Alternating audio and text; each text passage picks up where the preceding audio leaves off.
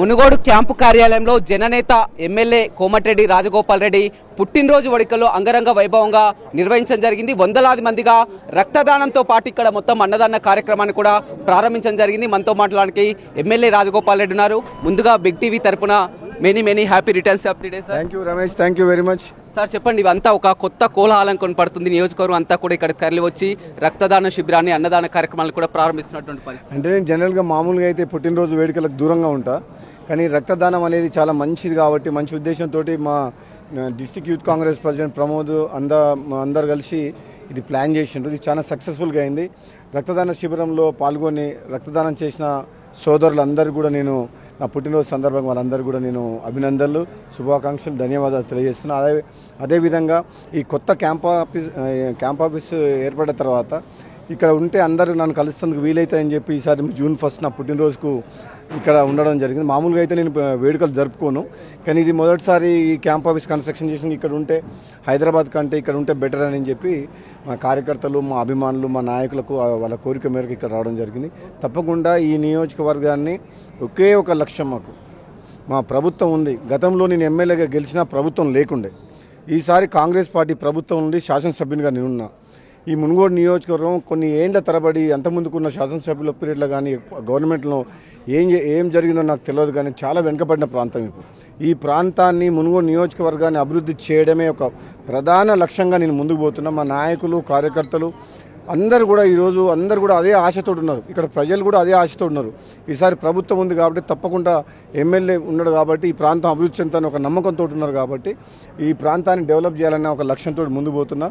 ఈరోజు ఈ కార్యక్రమానికి నా బర్త్డే జన్మదిన శుభాకాంక్షలు తెలియజేసేందుకు వచ్చిన అభిమానులకు, మునుగోడు నియోజకవర్గం కాదు చాలామంది నగరికల్లు, తుంగతుర్తి, భువనగిరి, ఆలేరు అక్కడి నుంచి కూడా వచ్చిన అందరూ కూడా నా ప్రత్యేకంగా ధన్యవాదాలు తెలియజేస్తాను. పార్లమెంట్ పరిధిలో నియోజకవర్గాల వారికి చాలా వరకు వస్తున్నారు. వారికి ఇంకో పెద్ద ఆశ కూడా ఉంది. రాజగోపాల్ రెడ్డిని మంత్రిగా చూడాలని వాళ్ళు ఎప్పటి నుంచో చూస్తున్నారు. మీ పుట్టినరోజు అని కూడా తరలి వస్తున్నారు. దిగమింగుకుంటున్నటువంటి పరిస్థితి లేదు. తప్పకుండా అధిష్టానము రాబోయే రోజుల్లో మంచి నిర్ణయమే తీసుకుంటుందని అనుకుంటున్నా. ఎందుకంటే నల్గొండ పార్లమెంటుకు కోమటిరెడ్డి వెంకటరెడ్డి గారు, ఉత్తమ్ కుమార్ రెడ్డి గారు ఇద్దరు మంత్రులు ఉన్నారు, ఇద్దరు సీనియర్లు. భువనగిరి పార్లమెంటు కూడా భువనగిరి పార్లమెంట్ నియోజకవర్గ కాంగ్రెస్ పార్టీ కార్యకర్తలందరూ కూడా ఈ ప్రాంతం వెనుకబడ్డది. ఈ ప్రాంతం కూడా భువనగిరి పార్లమెంట్కి సంబంధించిన మునుగోడు నియోజకవర్గానికి ఒకసారి మంత్రి పదవి వస్తే ఈ ప్రాంతం కూడా అభివృద్ధి చెందుతుందని చెప్పి ప్రజలు ఎంతో ఆశతో ఎదురుచూస్తుండ్రు. తప్పకుండా కాంగ్రెస్ పార్టీ అధిష్టానం మంచి నిర్ణయం తీసుకుంటుందని చెప్పి నేను ఆశాభావం వ్యక్తం చేస్తున్నాను. అంటే అంత ఏఐసిసి కానీ మాకు అందుతున్నటువంటి సమాచారం కానీ అంతా కూడా ఈక్వేషన్స్ అంతా కూడా కూర్చోవడం కేవలం ఓసీలో ఇద్దరే, సుదర్శన్ రెడ్డి వర్సెస్ రాజగోపాల్ రెడ్డి. ఎందుకంటే ఇంతకుముందు మల్రెడ్డి గారు చాలా పేర్లు ఉన్నప్పటికీ ఇక్కడ చివరిగా రాజగోపాల్ రెడ్డి, సుదర్శన్ రెడ్డి అనే అంశం తెర మీదకి వచ్చింది. ఇప్పుడు కాంగ్రెస్ పార్టీ అధిష్టాన నిర్ణయం అది రాహుల్ గాంధీ గారు కాంగ్రెస్ పార్టీ అధిష్టానం తీసుకుంటారు కాబట్టి ఎవరికి మంత్రి పదవి ఇవ్వాలనేది కూడా వాళ్ళ నిర్ణయం తీసుకుంటారు. దాని గురించి నేను ఎక్కువ మాట్లాడలేను. తప్పకుండా నాకు నమ్మకం ఉంది. గతంలో నేను కాంగ్రెస్ పార్టీలకు తిరిగి వచ్చినప్పుడు కానీ పార్లమెంట్ ఎన్నికల సందర్భంగా కూడా వాళ్ళు తప్పకుండా మేము పరిశీలిస్తాం. ఈ మంత్రివర్గం ఇద్దరు అన్నదమ్ములైనా సరే ఒక ప్రత్యేకంగా ఒక స్పెషల్ కేసు లాగా తీసుకొని, ఎందుకంటే ఇక్కడ బ్రదర్స్ ఇద్దరు ఉన్నారనే ఒక ఆలోచనతో వాళ్ళు ఉన్నారు.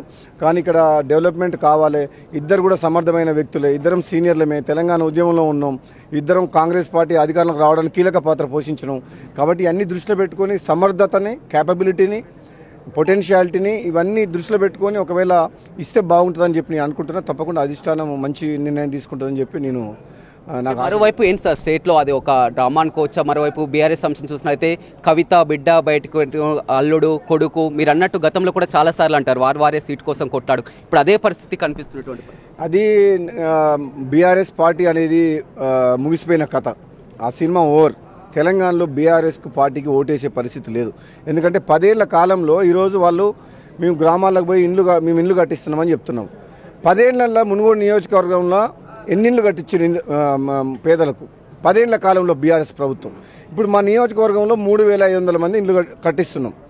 10,000 కావాలి, కానీ మొదటి విడతగా 3,500 కడుతున్నాం. కానీ వాళ్ళకంటే మీ నయం కదా.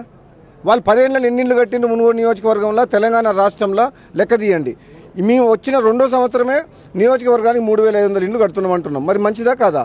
ఇవన్నీ ఏంటంటే మేము చేసే మంచి పనులను వాళ్ళు జీర్ణించుకోలేకపోతారు. కానీ గతంలో వాళ్ళు ప్రాజెక్టుల పేరు మీద లక్షల కోట్లు అప్పు తీసి ఆంధ్ర కాంట్రాక్టర్లకు జేబులు నింపిరు తప్పితే, రాష్ట్రాన్ని అప్పులపాలు చేసి తప్పితే కాంగ్రెస్ పార్టీ ప్రజాప్రభుత్వం, ప్రజాపాలన.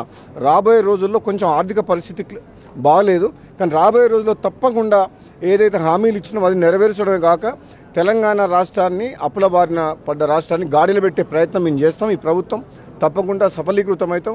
ప్రజలు కూడా కొంచెం ఓపికతో ఎదురు చూడాలి.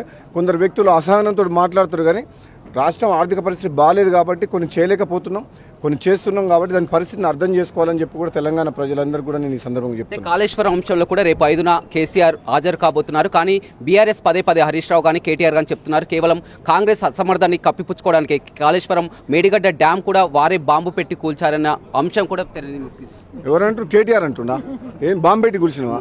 అయితే కేటీఆర్ని మెంటల్ హాస్పిటల్ జాయిన్ చేయాలి. మాకేం అవసరం బాంబు పెట్టడం? వాళ్ళు ఎన్డీఎస్సీ పీసీ ఘోష్ వాళ్ళు కమిషన్ వాళ్ళు రిపోర్ట్ ఇస్తున్నారు వాళ్ళు ఏమైందని చెప్పి. అక్కడ బ్యారేజ్ కాదు, గోదావరి నది మీద డ్యామ్ కట్టాలి. డ్యామ్ కట్టిన ప్లేస్లో బ్యారేజ్ కట్టిండ్రు. అంత పెద్ద ప్రవాహం బ్యారేజ్ ఉండదు. అది కూడా కరెక్ట్ డిజైన్ కాదు. ఆ రోజు కేసీఆర్ ప్రభుత్వం హడావుడిగా నిర్ణయం తీసుకుంది. అదే తుమ్మిడిహట్టి దగ్గర ప్రాణహిత చేవెళ్ళ కాంగ్రెస్ పార్టీ ప్రభుత్వం కట్టింటే ఈరోజు 1,00,000 కోట్ల రూపాయలు మిగిలిపోవడం కాక అది ప్రాజెక్టు కూలిపోకపోయేది కాదు. అన్ని కేసీఆర్, ఆయనే ఇంజనీరు, ఆయనే ముఖ్యమంత్రి, ఆయనే అన్ని నిర్ణయాలు ఆయనే తీసుకోవడం వల్ల ఈరోజు రాష్ట్రం అప్పులపాలైంది, ప్రాజెక్టు కూలిపోయింది తప్పితే ఇంకోటి ఏం లేదు. మేము మాత్రం ఆచితూచి ఒక్కొక్క రూపాయి ఖర్చు పెడతాం. ఈ రాష్ట్ర ప్రజలకు ఏదైతే మేలు జరుగుతుందో అడ్డగోలు నిర్ణయాలు కాంగ్రెస్ పార్టీలో కేసీఆర్ లాగా తీసుకోం. మంచి నిర్ణయాలు తీసుకుంటాం, రాష్ట్రాన్ని గాడిలో పెడతాం. Thank you. రైట్, చూడొచ్చు మొత్తం మీద కోమటిరెడ్డి రాజగోపాల్ రెడ్డి వాళ్ళ ఘనంగా పుట్టినరోజు వేడుకలు గతంలో ఎప్పుడు కూడా తిరుపతి బయట ఉండి చేసుకునేది, కానీ మొట్టమొదటిసారిగా కార్యకర్తల కోరిక మేరకు ఇక్కడికి రావడం జరిగింది. అదేవిధంగా కార్యకర్తలు ఆశపడుతున్నట్టు నియోజకవర్గ ప్రజలకు అనుగుణంగా ఖచ్చితంగా మంత్రివర్గంపై కూడా అధిష్టానం ఇస్తానటువంటి హామీ ఉంది. ఆ హామీ కూడా నెరవేరుతుందన్నటువంటి ధీమాను కూడా కోమటిరెడ్డి రాజగోపాల్ రెడ్డి వ్యక్తం చేస్తున్నారు. వినోద్ రవితో రమేష్, బిగ్ టీవీ, నల్గొండ.